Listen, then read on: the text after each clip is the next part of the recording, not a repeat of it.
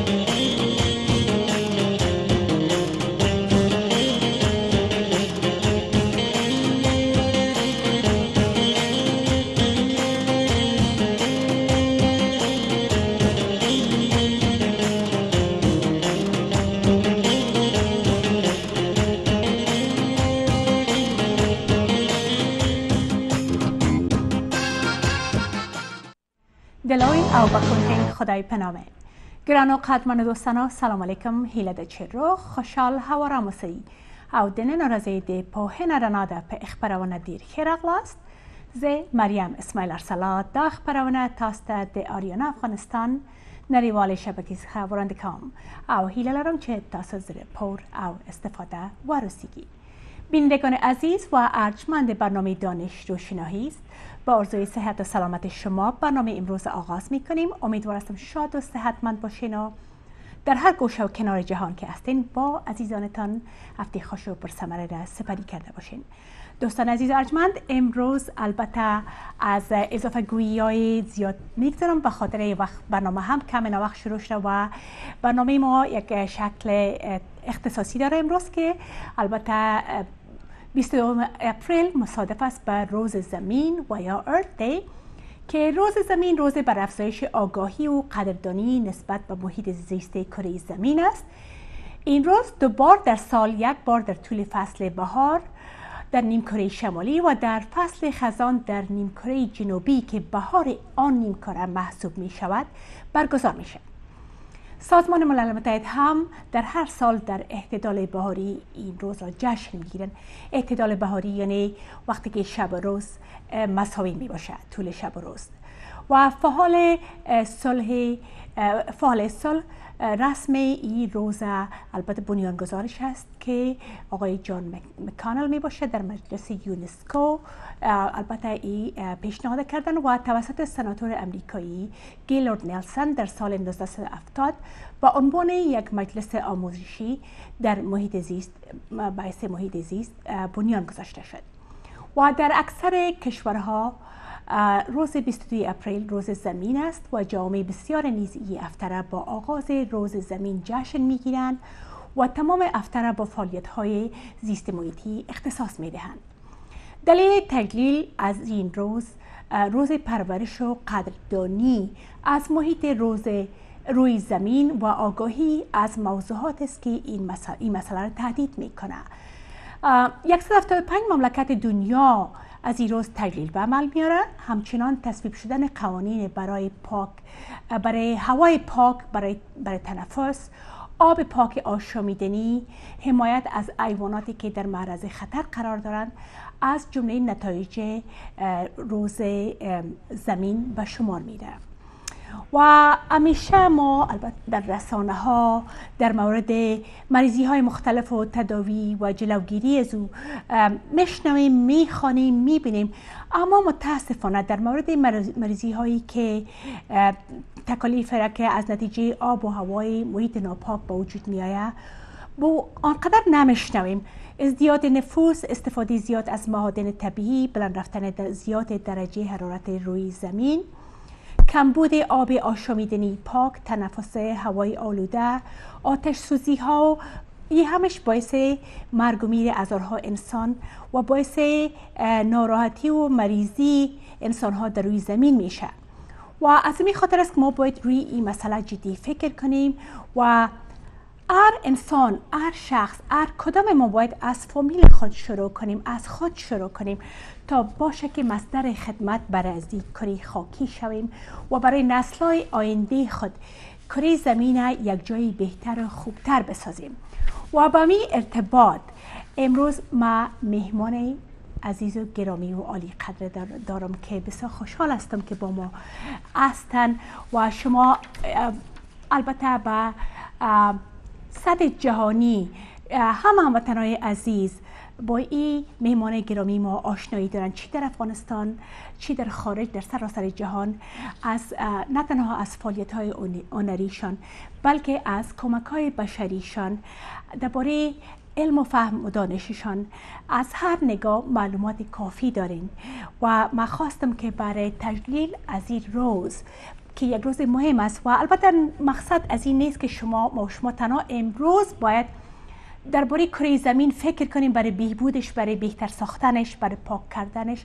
باید 365 روز در سال ما این مسئله را موردش فکر کنیم، اما همین یک روز باید دقیق تر فکر کنیم، کارهایی کنیم که ما را زیادتر متوجه بسازد که چطور میتونیم که یک محیط زیست بهتر برای خود و برای نسل‌های آینده ساخته بتونیم.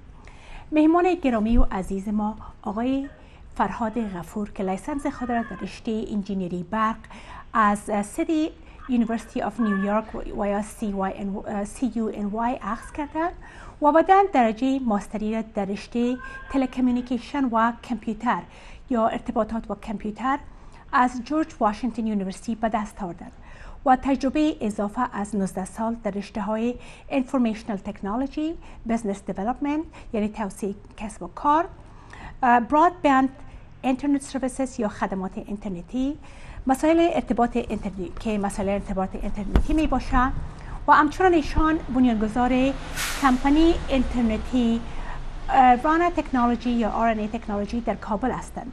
در سال 2005 برای اولین بار قادر به دریافت لیسنس وایمکس در افغانستان شدند و بدین ترتیب توانستند اعتبار کمپانی های بزرگ دنیا مثل زیمنز، زیراکس، سیسکو و غیره را به دست آوردند و توانستند که وایمکس تکنولوژی را در کابل برا بیاندازند و توانست که البته همچنان قراردادهایی را از نیتو و یوس آرمی و حکومت افغانستان از آن خود بسازند.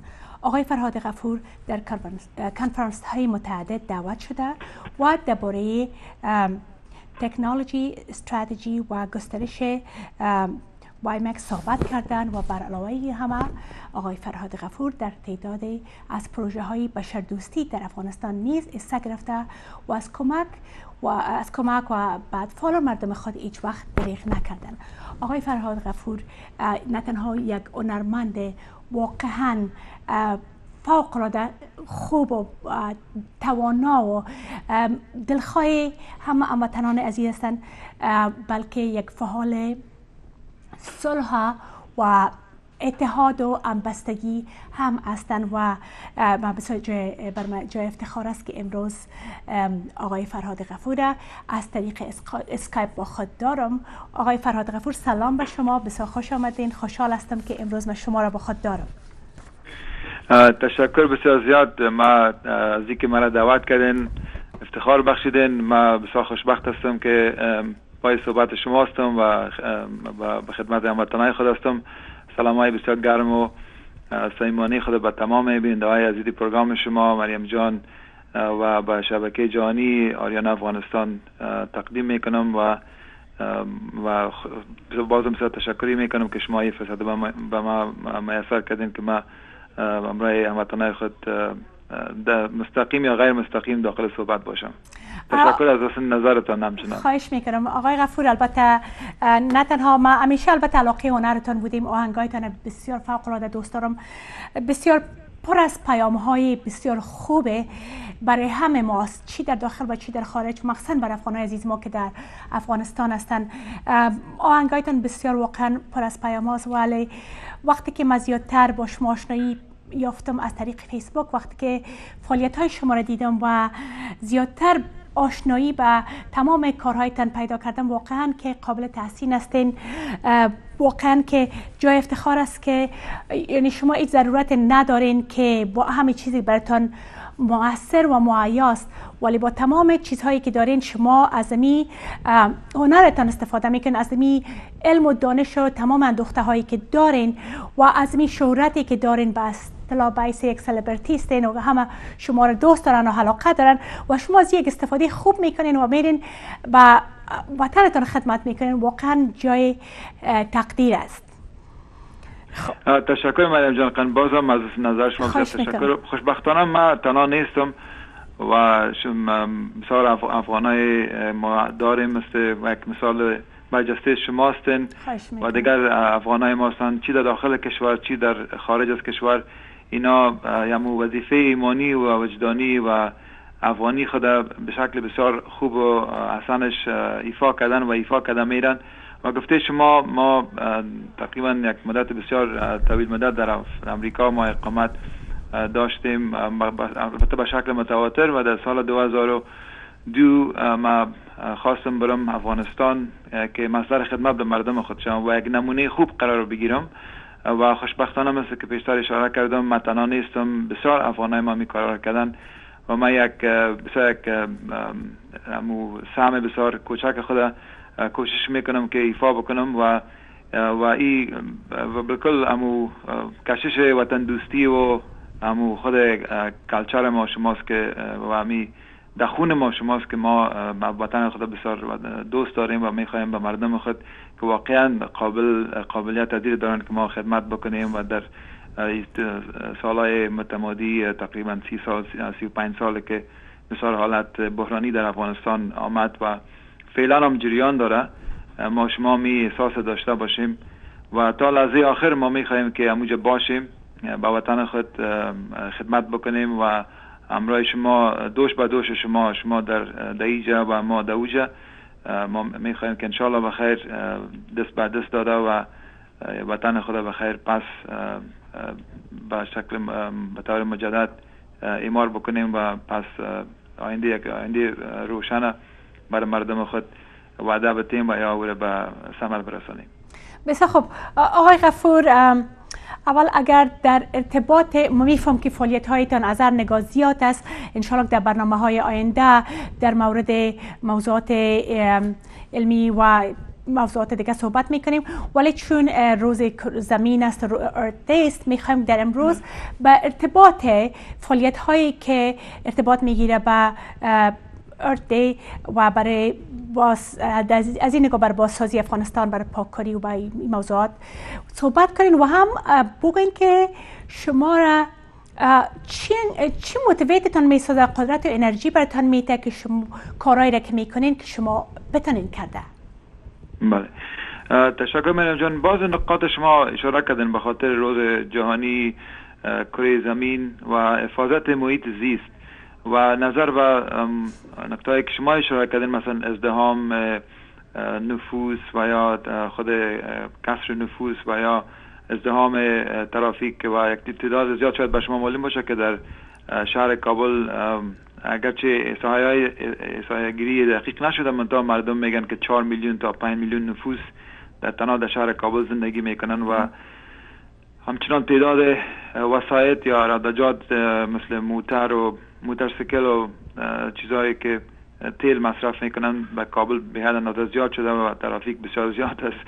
از ترافیک لس آنجلس و کالیفرنیا چیز کمی نداره، خود نوختای رش آور که ما شما برش میگیم و در اوجا چون معیار وجود نداره کنترل های که فدن در امریکا امیشن انسپکشن و چیزا مثلا که ما میریم موترهای خود که باش که مقدار کربن که در هوا ریلیس میشه یا در هوا میره در وجود افغانستان تر کنترل وجود نداره بدبختانه و همچنان اگر باشه معیاری نیست، یعنی به کدام استاندارد نیست و او بسیار محیط خود هوا را آلوده ساخته در کابل و همچنان در شهرهای بزرگ دیگه مثلا در مزار شریف یا در جلال آباد هرات یک نسبتا هوایش خوبتر است و همچنان چون نفوذ زیاد شده نام خدا و این سیستم که ما شما جمع‌آوری مثلا کثافات که در امریکا رواج است یا در اروپا است یا در مملکت‌های پیشرفته دیگه است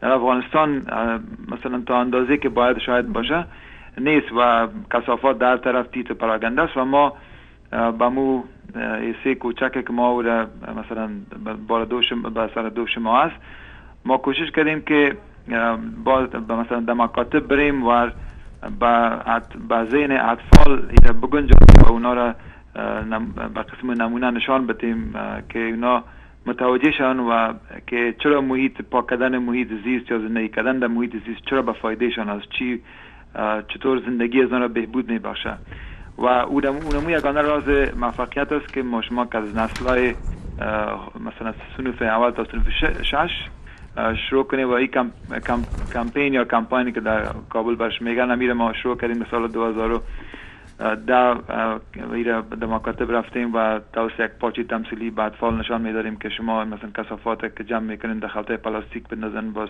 در بیرون نندازین در کوچه نندازین که تبخیر میکنه و باعث امراض میشه و به صحتشان مضر واقع میشه و تا مثلا یک قسمت یک بخش کوچک از منطقه یک کارتی از کابل ما از ریاست محترم شاروالی کابل گرفتیم به شکل داوطلبانه و شکل رضاکار ما و تمام پرسنل کمپانی ما که دوجه است ما اوجا دست به کار شدیم و همین طریق مثل که هفته 2 دفعه مثلا موتر میه و مثلا در ورجینیا یا در کالیفرنیا و دیگر ایالات امریکا که مثلا کثافات جمع آوری میشه و اونجا به زباله‌دانی اونجایی که مثلا گاربیج دمپرش میگن اوجا جمع آوری میشه یا دفن میشه. همین سیستم ما در اونجا پیاده کردیم و بسیار موفق بود. تقریبا 11 ماه همین سیستم پیش بردیم و به مردم نشان دادیم که فایده‌ایش نشان دادیم عملی به شکل بسیار عملی که بسیار آسان است. مثلا مصرف کم میتونه که در منطقه که همی تقریبا 600 خانه در اونجا اهالیشان بود باش دارن محیطشان بالکل پاک شد و اونا خودشان دوام میتن و ریاست شاروالی هم چون بسیار کوشش میکنه که همین کارا بکنه اما چون مسئله دولتی است و همچنان نفوذ سر زیاد است و فشار سر زیادش اینا نمیتونن که برسن و دیگه مشکل اساسی است که و از همین خاطر ما کوشش کردیم که از اطفال شروع کنیم که فعلا کسایی که در شهر کابل زندگی میکنن اینا چون تازه در کابل آمدن و در یک محیط شهری زندگی میکنن اما مثلا کلتور و باز مثلا شرایطی که یا چیزایی که مثلا مردمی که در شهر بسیار یک مدت طولانی زندگی کردن اونا از اونو تا اندازه زیاد برخوردار نیستن و از این خاطر یگان و بسیار سخت است که آدم برش متوجهشان بسازه چون دمتر تقریبا آموخته شدن اما شرایط روز به روز فرق کرده میره و به جهت مثبت رفته میره اما باز هم بسیار یک چالش یا چالش بسیار بزرگ وجود داره در خود در شهر کابل که مردم بی تفاوت از پیش کثافات تیر میشن یا کثافات باز هم میوازه که در باز صندوقایی که مثلا شاروالی کنج کنار شهر مانده در او نمندازن دیگه ای بسیار زحمت کار داره و بسیار پیگیری کار داره و بسیار یک عشق علاقه زیاد کار داره که آدم همراه مردم خود بسیار به شکل خوب و به شکل بسیار نرم و به شکل اینا متوجه بسازه که شما و قادر از این هستن که اینا میگوره به شکل بهترش بکنن. و چون اینا وقتی که مردم اگر فرضاً یادشان بدن که می چیزای کثافات خورد در یک خلطای کلانه که ما شما در اینجا مختصیم در امریکا خلطای ترش بگز در وجه بندازن جایی که وجه میمانن اما موتره شوالی باز برشان رسیده نمیتونه. بله. چون دیگه یک کمک وقت به حساب یک اطلاعی که میگن زمانگیر است وقت میگیره منتها باید اینمی سرازی باید بسیار کار شوه و از طریق بلبوردها و از طریق مثلا اعلاناتی که در تلویزیون اما ما این کارا رو کردیم کل تجربه رو کردیم منتها کار یک دفعه و دو دفعه و سه دفعه نیست.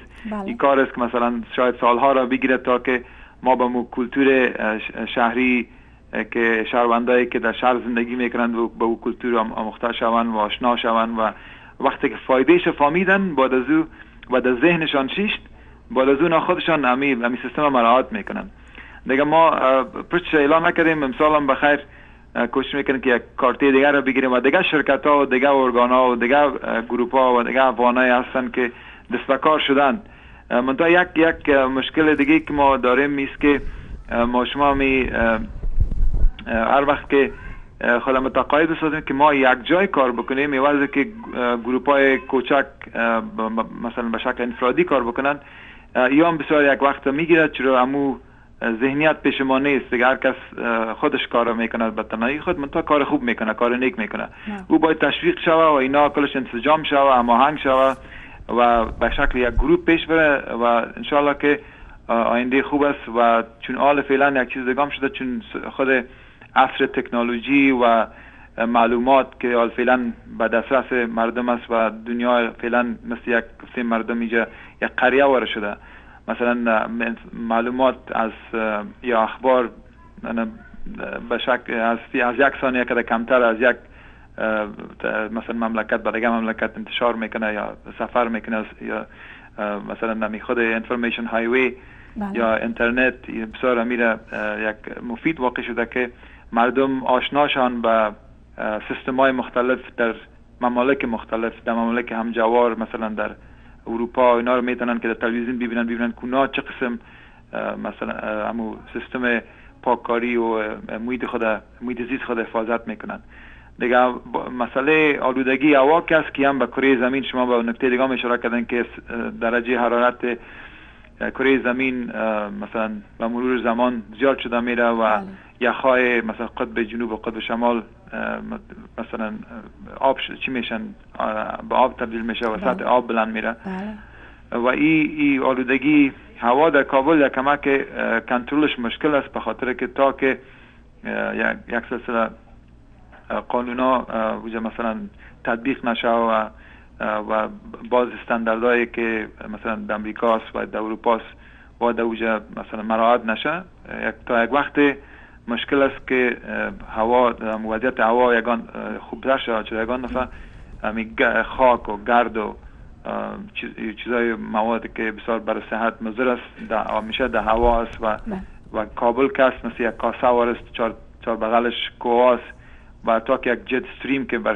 شما دیجا آشناستیم که جریان هوا از یک ارتفاع بلند نبه و هوای آلوده را نبره دیگه به صحت بسیار مضر است. بسیار مردم به امراض مختلف چیستن دچار هستند. بله جای تاسف است. خب چرا موضوعی که شما میگین واضحه است که شما بسیار نام خود معلوم میشه بسیار با حوصله هستین که هیچ یعنی بعضی اوقات فکر میکنه که ناامید میشه مایوس میشه و چی فکر میکنین چرا ما باید امید خود از دست ندیم امید داشته باشیم که یعنی یک روز این چیز صورت میگیره؟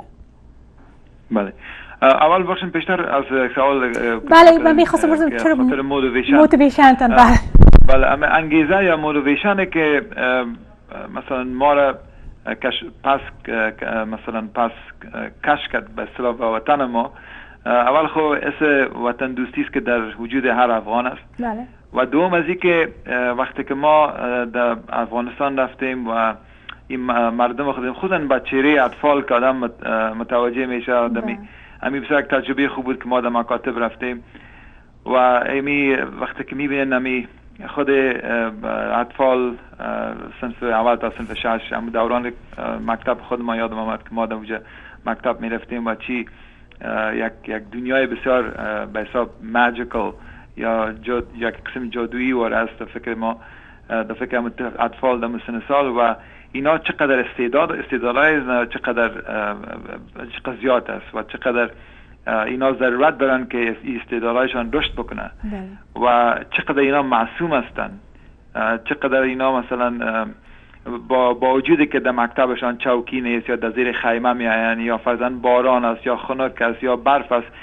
و حتی اینا در یک روز 3 شفت است از خاطر که ازدحام نفوس هست اوجه و چون مکاتب نمیتونه که مثلا وقتی پیش ما در لیسه استقلال بودیم ما یک شفت داشتیم مثلا صنف 7 تا صنف 12 اما حالا در لیسه استقلال 3 شفت می باشه به خاطر که قدر تعداد شاگردان زیاد شده و اما ساعتها کم شده و معلمان تعدادشان زیاد نیست اما با وجود این مشکلات با وجود این چالش‌ها این طفلا میاین در مکتب و ما دیگه وقتی که اونا رو سعی میکنیم و خود سعی میکنیم دیگه اونموجه تسلیم میشیم تسلیم به این میشیم که ما به خدمت می اطفال هستیم باید باشیم به خاطر که بر از اینا باید ما نمونه قرار بگیریم بر از اینا ما باید امید باشیم برای آینده یک آینده بسیار روشن همین که اگر یادتان باشه چی رئیس جمهور امریکا ریگن که میگفت که the shining city on the hill همین تو shining city on the hill ما باید بر از اینا باشن وعده بتیم و اینا رو کمک کنیم که به موجه برسن و یک محیط و یک فضا را باشن مساعد بسازن که اینا بالای خود باز بکنن و در چهره هر دختر صنف 6 و 5 و 4 یا بچه یکای صنف 5 و 6 و 4 ما دکتر و انجینیر و مثلا معلم و یک متخصص میدیدم و خود اینمی یکی از انگیزه‌های بسیار مهم بود که مرا وادار به این ساخته که من تا لحظه آخر در افغانستان باشم با وجود از اینکه ما بسیار زندگی خوب در امریکا داریم شکر هر چیز داریم و میتونیم که بیاییم پس و زندگی 10 سال 12 سال پیش خود ما باز اثر بگیریم و ما کدام مجبوریت هم نداشتیم که افغانستان بریم به خاطر از این رفتیم که ما پیسه جور کنیم به خاطر از این رفتیم که خدمت بکنیم و هم خرماشه و هم ثواب و یکی از این انگیزه ها و موتیویشن و ما یگان وقت که همی بحرانهای سیاسی را میبینم همی مثلا فساد اداری و همی خورد و برد و چور و چپاول که میبینم بسیار سرم تاثیر میکنه بسیار هر افغان تاثیر میکنه ناامید میشن و چی میشن مایوس میشن اما باز که وقتی یک طفل میبینین که در خنک در باران مکتب میره برای 2 ساعت میره سر زمین میشینه با موجه تختام ندارن یا تختشان یک دیوار است یا فرضاً یک توته چوب است و معلمشان یک معلم دارن یا ندارن یک کتاب دارن یا ندارن دیگه بازور مقایسه میکنیم با زندگی آرامی که ما در امریکا داریم اونمو پس یک ریست میشه به حساب یک اصطلاح کامپیوتر ریست میشه میگم نه هیچ امکان نداره که ما اینا رو تنهایی لا کنم هیچ امکان نداره که ما اینا ناامید شون و بعد از بسیار وقتا برشان یک امید آمده دیگه یکی امی انگیزه و موتیویشن ما اینمیست که ما وجدانن خدا چی میبینیم مسئول احساس میکنیم که ما باید همونجا باشیم من مثل پیشتر گفتم من تنها نیستم مثل من و هزارها افغان دیگه است که از خارج آمدن و من این کارم میکنم افغانای خود داخل افغانستان هم دمی است و در حساب همی اکثریت خاموش بسیار مردم این کارا رو میکنم من تا به شکل ازی که هنوز انسجام نیافته شکل انفرادی است اینمی یک چالش بزرگ است که ما فعلا به اون مواجه هستیم. باشه سوال دومتون چی بود؟ یادم رفت. بعضی ها گفتم بسیار آدم مایوس میشه و ناامید میشه. چطور میتونیم که ما یعنی به یک امید داشته باشیم، مایوس نشویم و برای آینده افغانستان یک امید داشته باشیم؟ بله بسیار سوال خوب است. یکی از جوابایی که من میتونم براتون بگم چون چشمدید خودم است او است که درست است که بسیار مشکلات در 12 سال بوده و هنوز هم است تا یک اندازه بسیار شدت یافته وضعی که خوب شود بدتر شده و اما در پالی از دیگر چیزایی هم است که خوبتر شده و این مثل که وقتی که تاریخ اگر 30-40 سال پیش ما شما مطالعه کنیم و جریانات که ببینیم این مردم روزایی که مردم ما کشیدن، راکتایی که سرشان آمده، مثلا تلفاتی که اینا دیدن، مثلا حق تلفیایی که سرشان شده، ظلمایی که سرشان شده، اینا و زیادتر مردم در اطراف بودن، باز اینا آمدن در شهر تجمع کردن و اینجا نه باز نه یک که سال 2001 به این طرف برشان یک روزنه امید باز شده و دیگه و همین خود سرعت تکنولوژی آمد و ما یکی از به اصطلاح پیش قدم‌های ازی بودیم در تکنولوژی و مکسش ما با اشاره کردن که برای این دفعه در افغانستان ما تکنولوژی رو آوردیم به خاطر از اینکه جدیدترین تکنولوژی بود و می‌خواستیم یک چیز تازه رو به وطن خود بیاریم، نه یک چیز کهنه یا چیزی که به درد بخور نیست. و این تحولات سیاسی و اجتماعی اقتصادی سر مردم تاثیرگذار بوده و تا یک اندازه موفق بوده و تا یک اندازه موفق نبوده. و منتها مشکل اساسی فعلا در افغانستان مشکل چیست؟ مشکل خود تشکیل و چطور که همین سیستم نظام چطور نظام با قدرت آمد و پشت سرش کی بود و این چطور مردم خود مثلا با چالشایی که خود باید شاید به او مثلا آماده بسازن که از رو برو شوند، او یک ذره وقت میگیره که منتهای جایزی که ما شما نمیتونیم که مایوس شیم به خاطر که اقا پیش آمدیم که حالا رای برگشت بسیار کم است و مثل وقتای پیشوار نیست که باز افغانا مهاجر شوند باز ما در گوشه و کنار و مثلا سالهای 80 یا سالهای آخره 70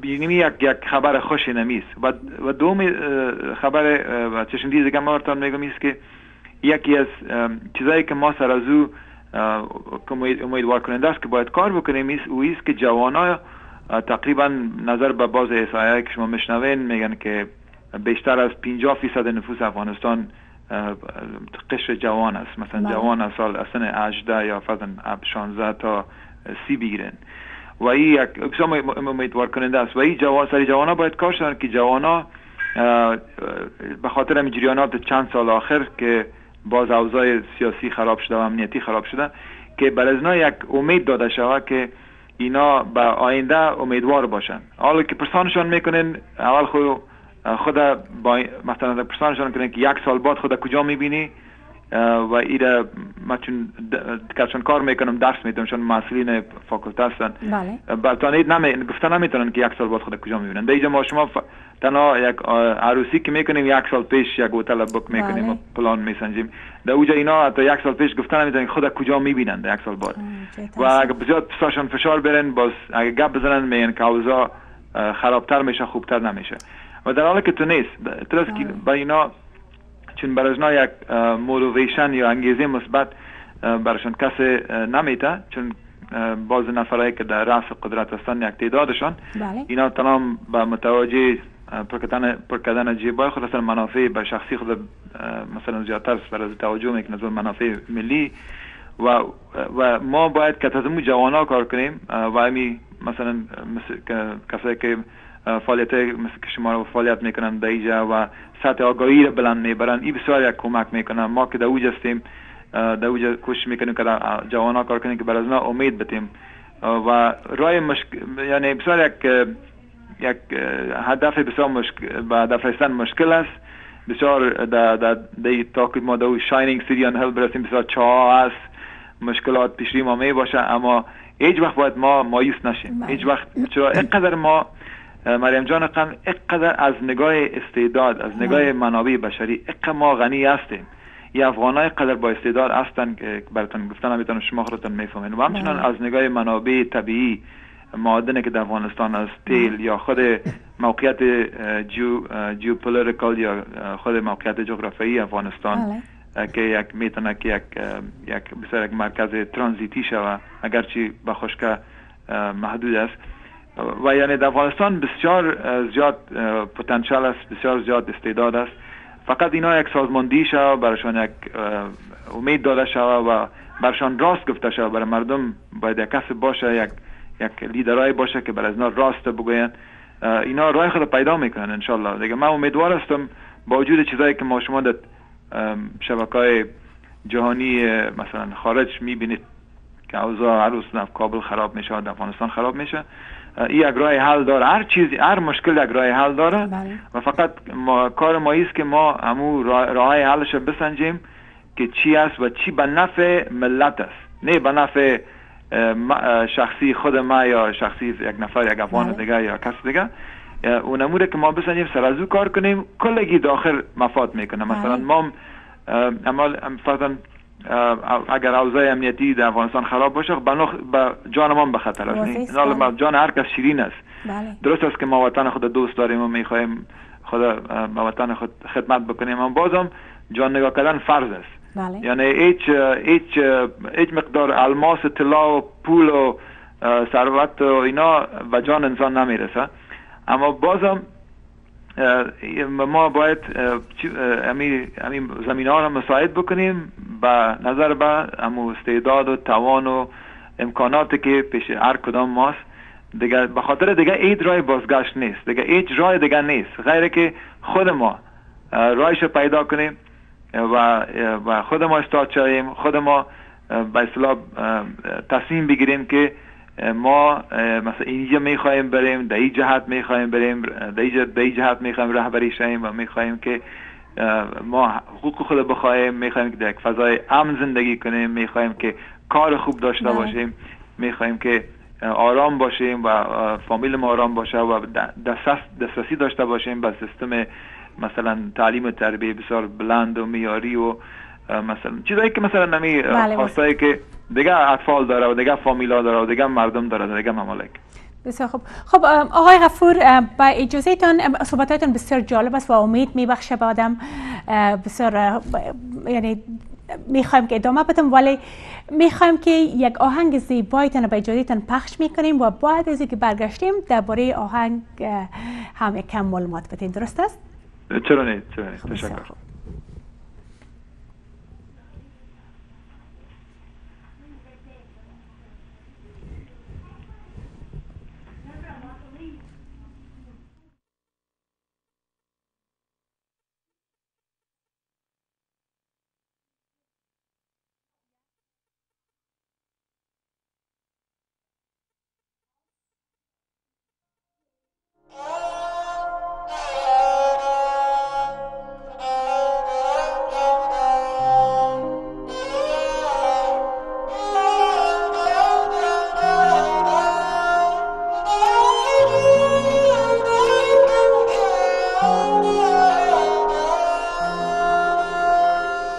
ستادي وقدا تاريخ دورك بهر معلات هرا درك زوانانو سر پلاس نیوله به تجاوز هرا ایراکی دی غیرت کانا افغانستانا، دی غیرت کانا افغانستانا، زمونگ جواندون زمونگ ارمانا، دسترگولون خیالی جانانا، زمونگ جواندون زمونگ ارمانا، دسترگولون خیالی جانانا، و بمونگرانا افغانستانا، افغانستانا، و بمونگرانا افغانستانا، افغانستانا، افغانستانا.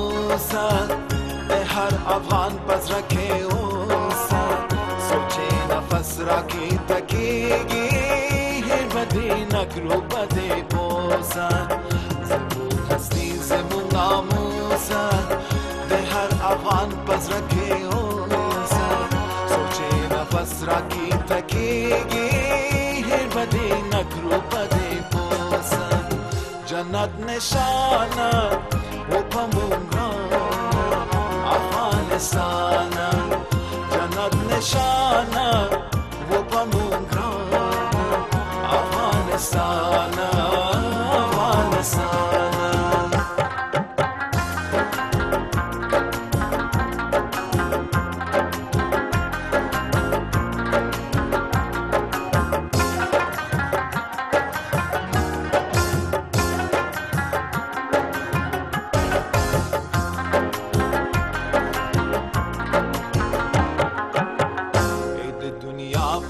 جنتا نغوارو جوان مغلطا براتا تسوچي او افغان جوان دايوي نوم بدين تلساتي وچاتا ايد ملي وحدة سمبولا نمدر كيسولا غوارو سولا سوچي دازمكا داسمانوي زند الدنيا افتخار بولا جار شملتانا مینا ایمانا افغانستانا جاشم لطانا مینا ایمانا افغانستانا افغانستانا زمونگ جواندون زمونگ ارمانا دسترگو نور خیالی جانانا زمونگ جواندون زمونگ ارمانا دسترگو نور خیالی جانانا و پمونگرانا افغانستانا افغانستانا و پمونگرانا افغانستانا افغانستانا افغانستانا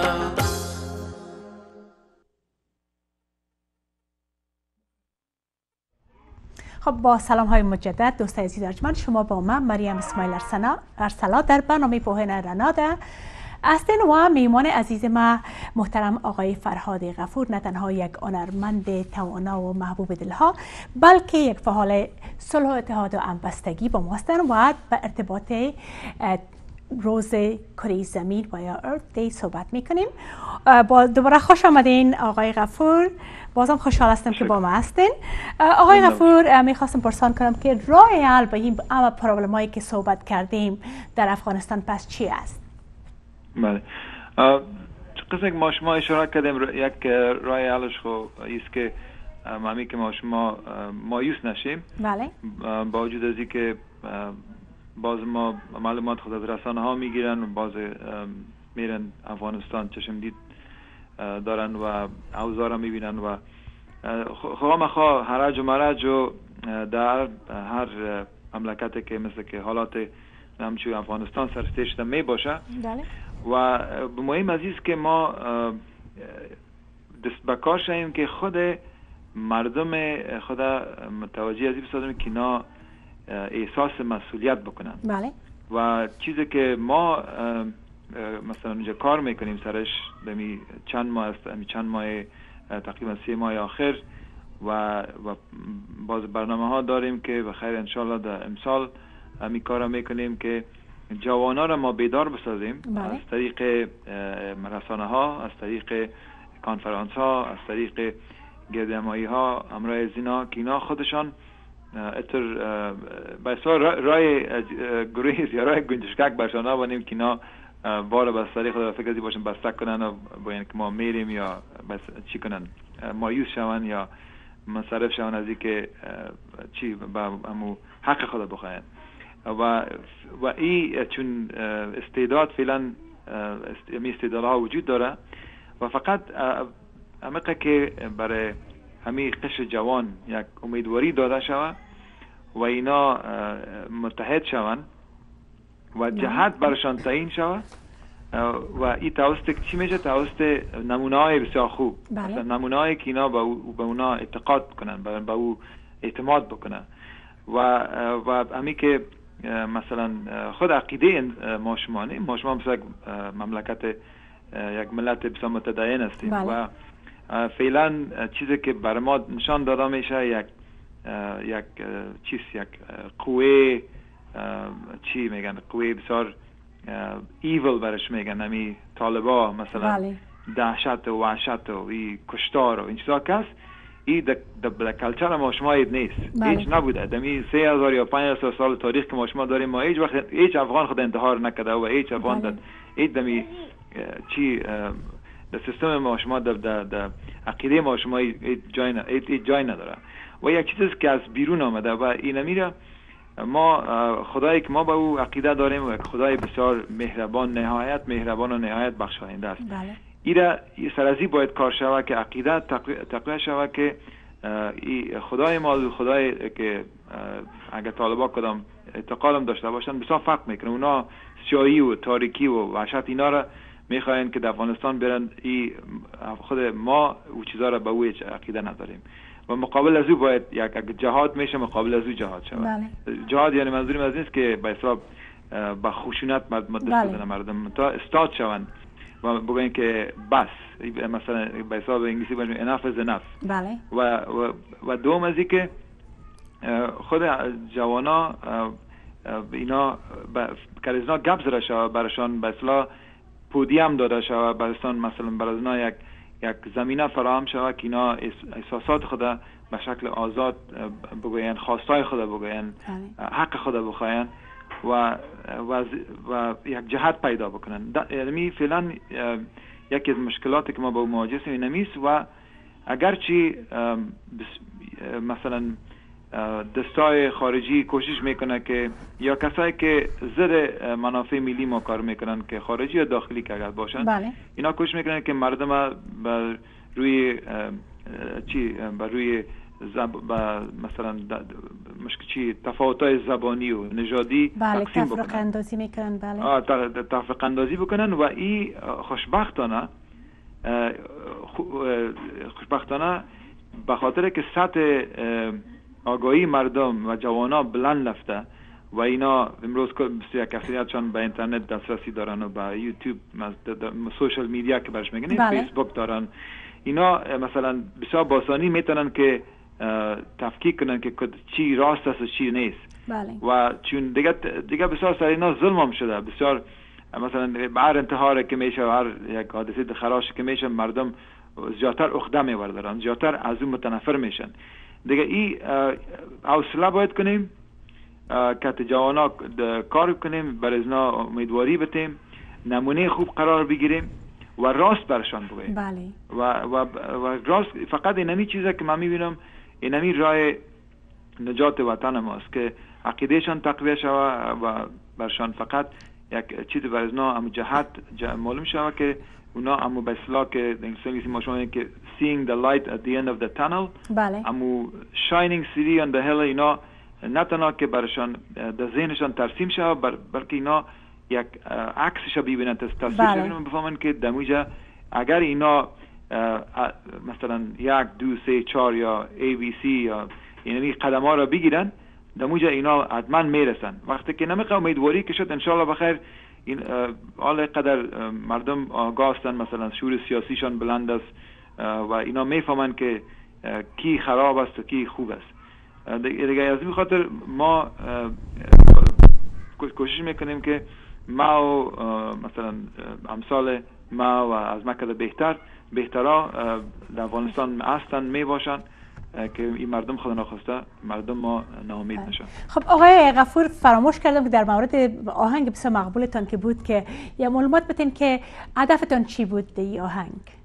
بله، این آهنگ عنوانش هست ده غیرت کانه. اگر اول باید بگم که من یک در زندگی هنری خود که بسیار ما دوستا و عزیزا و کسایی بوده که من بسیار تشویق کردن و خصوصا ولی جان اشپاری بسیار من تشویق کردن و بسیار من زحمت کشیدن، حوصله کردن و چون من خودم شاید اگه استعداد بسیار کم داشته باشم تا اما بای پروداکت بسیار زحمات بسیار از دوستایم هستم، از فامیلم هستم، دوای پدر و مادر هستم و از زیادتر از همه از خداوند بزرگوار بسیار مهربان و همچنین از مردم بسیار عزیزم که ما ایز خیال خود فکر نمیکردم که ما مثلا اینا واقعا علاقه‌مندای بسیار زیاد دارین.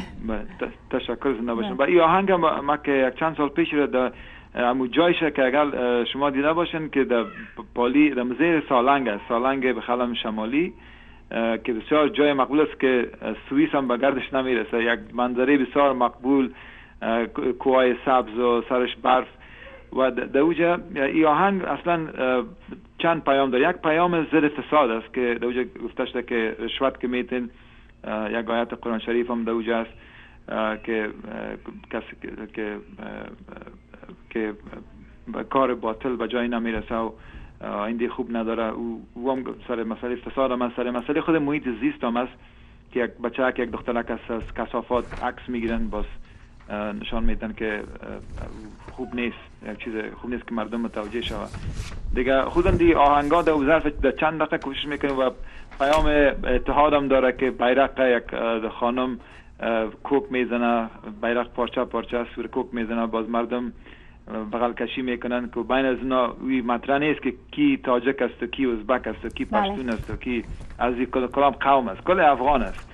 اینمی یکی از چیزایی که من سرش کار میکنم و تا آخر سرش خواد کار کردم، اینمی است که من میخوایم که اینمی چیزا، اینمی تفرقه و اینمی تفاوت‌ها از بین بره. کل ما شما افغان هستیم و که از کدام قوم هستیم هیچ مطرح نیست که و که قواره ما چه قسم است و پوست ما چه قسم است و لهجه ما چیست، هیچ مطرح نیست. کل یک افغان است، افغانستان خانه کل افغان است و هیچ باید اینمی هر کسی که اینمی را میخواد تفرقه بندازه، هر کسی میخواد میره مطرح کنه، ما میخوایم که مقابلش اعلان جهاد بکنم. من نمیمونم شه که هر کسی که باشه که اینمی تخم نفاق در وطن ما شما رشد میده و این من نمیخوایم، تمام افغانان نمیخوایم. بسیار خوب آقای غفور، چون وقت کم مونده یک سوال دیگه میکنم بعد از او بیننده های ما، چون لاینش رو من نگرفتم، اگر یک دو لاین میگیریم اگر بیننده دوباره زنگ بزنن و در غیر از او شما صحبتاتون ادامه بدین. فقط این سوال آخری ما است که افغانایی که در خارج از افغانستان هستن، مثلا در امریکا، با این حالت فعلی افغانستان مخصوصا در ارتباط صحبت امروز ما چی کرده میتونن؟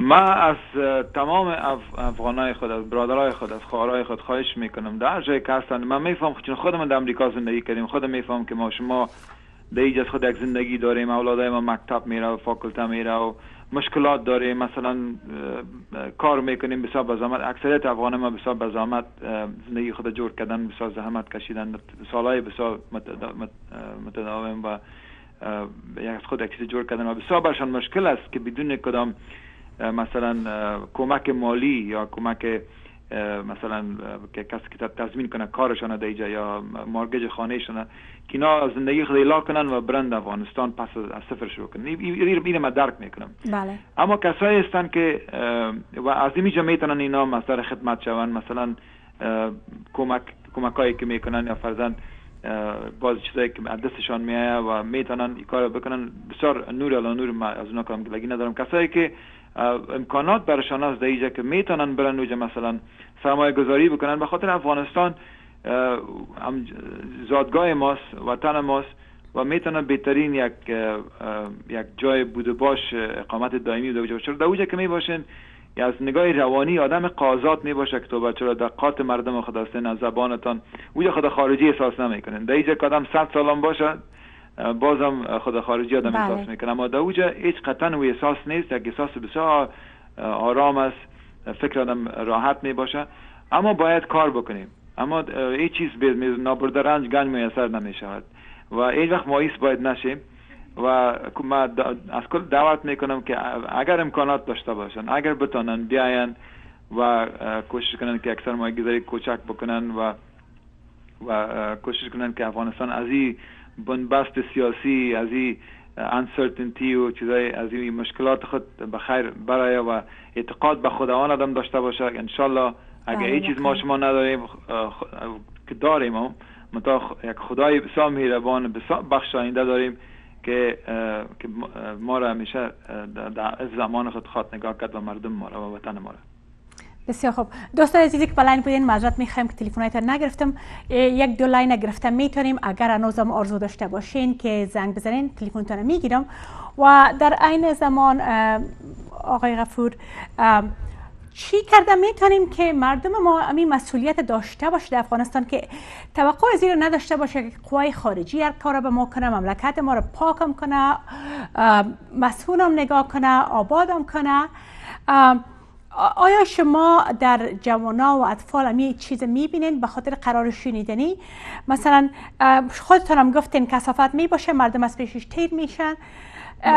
چطور کرده میتونیم که سطح آگاهی زیرا آدم به صورت دستجمی همه را بتونیم که مثلا یک گروپ باشه که کلی به اصطلاح ترین کرده بتونه؟ برای که شما نام خدا بسیار حوصله صحبت کردین، بسیار امید بخشیدین، اما بعضی اوقات آدم وقتی فیلم ها رو میبینه، خبرها رو میبینه، بسیار بسیار به اندازه مایوس میشیم. عکس دریای کابل مثلا ما به اینترنت دیدم، بعد یک تعداد عکس ها رو ما گرفته بودم ولی چون وقت نیست که نشان بدیم. واقعا آدم جگرخون میشه. چی فکر میکنین در این قسمت؟ چند الاسیه که در سطح لیدرشپ و رهبریت باید نمونه‌های بسیار خوب قرار بگیرن که جوانا یا مردم بر ازنا به مو شکل اعتماد داشته باشن. یکی در ازی کار است و بسیار همی بحث است چرا انتخابات در سال آینده قرار است که شود نه بگیره. یک لحظه به گوش شما باشه. بله ادامه بدین. این بسیار مهم است. دوم است که همی جوانا را برشان راست گفته شود. بله.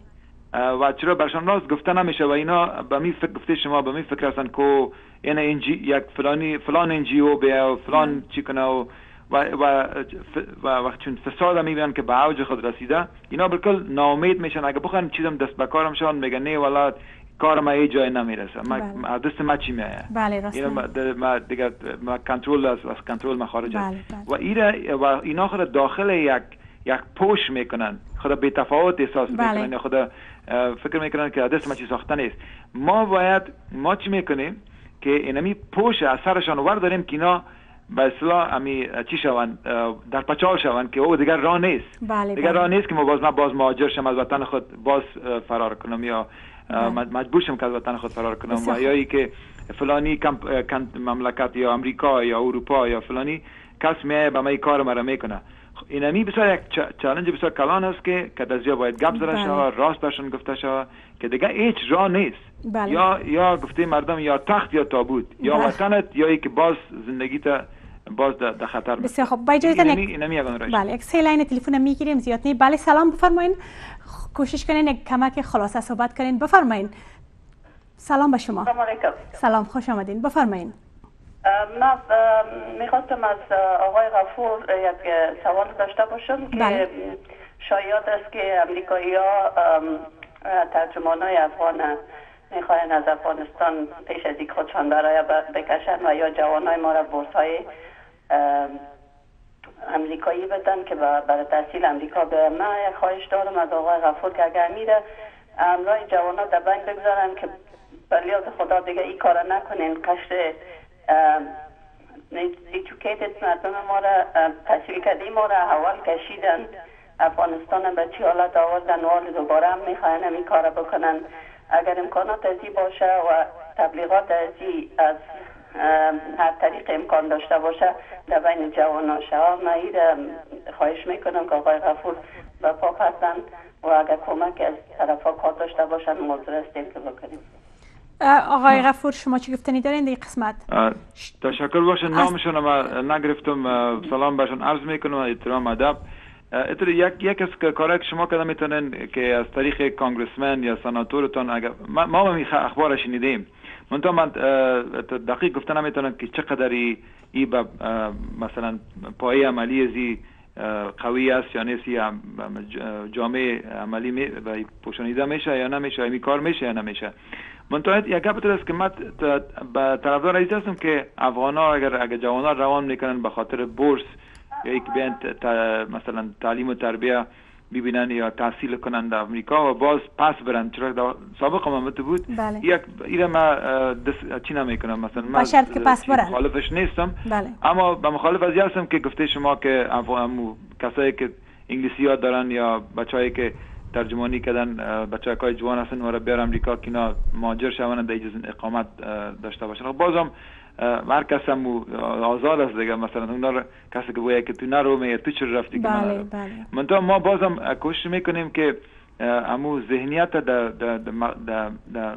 در خود اذهان جوانا بگنجانیم که چون گپ بزنیم و که اگر میرن پس بیاین. بله. مثلا بیاین درس بخونن، تحصیل بکنن، یک کسب و کمال یاد بگیرن، مثلا یک سرمایه‌ام در پالی پیدا میکنن، بس پس در وطن خود بیاین، وطن خود آباد کنن، در اوج سرمایه گذاری کنن. بله سلام بفرمایید. میری جان، عرض ادب و احترام خواهرین گرامی، زنده باشین. مهمان گرامی شما آقای غفور ما تقدیم میکنم. من از خدمت شما عرض کنم که آقای غفور درود میفرستم. برادر بزرگوار، چیزی در افغانستان در طی 11 سال فرمول بندی نشد به این وان که امو والی ادمو شاخچه به دیگر شاخچه، اما کسایی که در اصل قدرت قرار داره به ملت افغانستان کس اصلا سر خود بالا کردن نمیتونه. نه جوان در سایه افغانستان حق داره و نه دانشمند و نه انسان‌های با شرف او سرزمین. پس سوال شما چی است؟ همو گروپ‌های آباش و درنده در اصل قدرت هستن، اصلا مجال برای ملت افغانستان کس نمیده برشون که اصلا در افغانستان کس به نام سرمایه‌گذاری یا کسی را به نام اجازه بدن که در افغانستان کار بکنه. خب شما چی گفتنی دارین آقای غفور؟ برادر بسیار محترم، خوشم کمرای شما گپ زدم، سلام مقبولتان نشیدم. امیدوار هستم که شما در کابل بخیر ببینیم تان. باز اعتراض که ما رفتیم، ما در سال 2002 رفتیم و تا اونجا هستیم. ما با کدام گروه یا با کدام کسی هیچ ارتباط نداریم، یک بزنس فامیلی خودش شروع کردیم. گپتان تا اندازه زیاد درست است که این امتر مثلا ما شما نام خدا شور سیاسی کل ما شما بسیار بلند است، میفهمیم که چی زیر کاسه چی است، نه؟ اما اعتراض که این امی تعداد که شما میگین اینا بسیار یک تعداد محدود هستند. امی 50 نفر الی 100 نفر است که شاید در اصل قدرت هستند و مثلا مافیا مردمی که مافیا جور کردن و مثلا انحصار کردن قدرت و اینا تعداد زیاد نیست و کسایی که طرفدارای از نام کلشان هم نفرای هستند که سکیوریتی گاردایشون است که به ماش یا مثلا چی میکنه حفاظت میکنه. چرا زمان ایدئولوژی و کمونیسم و مثلا سوشالیسم اینا و ناس از بین رفته، حال فقط کل مسئله پول و پیسه است و قدرت است. اما ما شما تقریبا نظر به احصایه‌های مختلف 18 میلیون تا 25 میلیون میگن، حتی 30 میلیون نفوس داریم. اینا را اما 25 هم نگیرین که اما اوریج بگیرین 20 میلیون نفوس حساب کنین و 50 نفر حساب کنین. اینا از 20 میلیون نفوس 50% زیادترش قشر جوان است.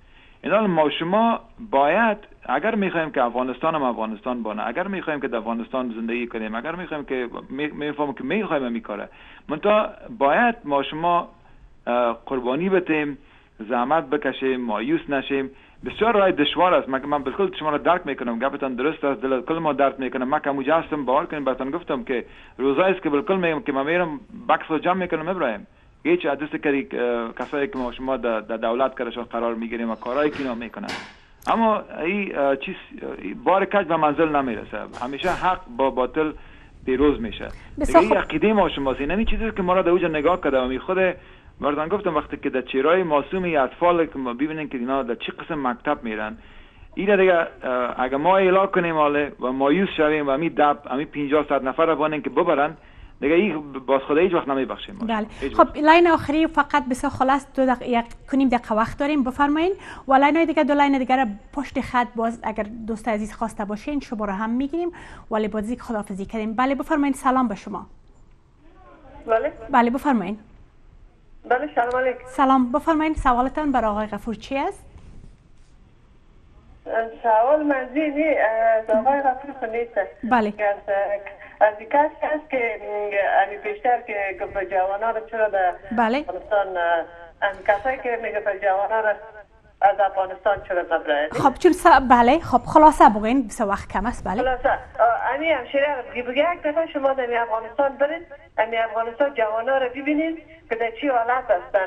به خاطر از این خلاصه شنیدید که یک دفعه میامشیره یک دفعه شما برید در افغانستان یک دفعه ببینید که جوانان در چی حالت هستن. تشکر. بسیار تشکر. مسیج پیامتان حتما برشان رسید. خب آقای غفور، بسیار زیاد تشکر از اینکه شما با ما بودین. اگر کدام پیام آخری برای هموطنان ما داشته باشیم برای اعمار و آبادی افغانستان بفرمایید، بسیار خلاصه صحبت کنین. تشکر بسیار، بازم بسیار تشکر لطفتان است که مرا دعوت کردین و از تمام بیننده های عزیز تلویزیون آریانا افغانستان تشکر میکنم. از خودم برنامه شما پوهان رناده با برنامه بسیار دلچسب و کل باید پروگرام شما را تقویه بکنن با شمول خودم و دوستایم. و ما اما قبل پیام ما نمیخوایم که نصیحت آمیز باشه، چرا من که نمیخوام که سر بد بخوره. اما خبرشان میگم که مایوس نشه. فقط ما چشم دید خود براتون میگم. من 12 سال در افغانستان هستم، تعدیه تحصیل کردیم، زندگی شکر دارم، هر چیز دارم در اینجا و در افغانستان هم به خاطر پول پیسه ساختن ما نرفتیم و بسیار مثل ما بسیار افغان همونطور است. نبانیم که یک سرنوشت یک ملت 25 میلیون یا 20 میلیون و دست 50 نفر یا 100 نفر باشه، هیچ امکان نداره.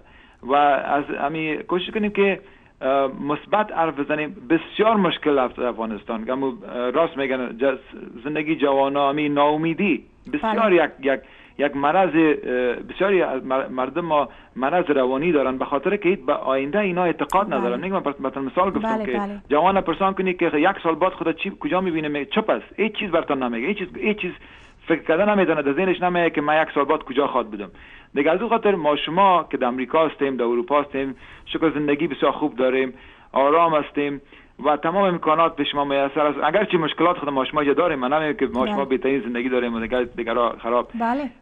بازم نسبتا ما در موقعیت بهتر هستیم و ما باید امید بتیم به مردم خود، نمونه خوب قرار بگیریم و مقابل امی اشخاصی که میخواین که منافع شخصی خود بالای منافع ملت تامین بکنن، مقابل از ما استاشیم دیگه هیچ راه نیست. بله واقعا بسیار زیاد تشکر آقای غفور، بسیار زیاد از لطفتان تشکر که شما در وقت کمتان بر ما هم وقت دادین و بسیار برنامه را بسیار جالب ساختین، بسیار معلومات خوب دادین، بسیار امید بخشیدین برای همگی و بازم بسیار تشکر. شما روی خط نگاه میکنیم، بعد از ختم برنامه امروزتون یک صحبت کم میکنیم. دوست عزیز ارجمند از شما هم بسیار تشکر و بسیار معذرت برای بپذیرین که لاینای تلفنتون گرفته نتونستم چون وقت کم بود، ولی امیدوار هستم که هموطنان عزیز و ارجمند ما که داخل افغانستان هستن اگر برنامه رو میبینین، نه تنها امروز که روز زمین، روز کره زمین است، امیدوار هستم که برای همیشه سال 365 روز با محیط زیستتان فکر کنین، کثافات کم کنین، نهال بشانین، کثافات جمع کنین، ریسایکلینگ کنین که از چیزایی که استفاده میشه دوباره از او استفاده شوه و از هر جای امیدوار هستم که تنها همه چیز شارواله و بلدیه پاک کردن نمیتونه، تمام کردن نمیتونه، اگه همه دست به دست هم نتیم به جایی نمیرسه و با آرزوی صحت و آرامی و یک افغانستان پاک و آرام و پر از سعادت و کار و آرامش برای همه شما عزیزان و با تشکر از همکار تکنیکی و با تشکر مجدد از آقای فرهاد غفور، برنامه امروز با اینجا به پایان میرسانیم. تا هفته آینده خداوند یار و مددگار شما. خداحافظ.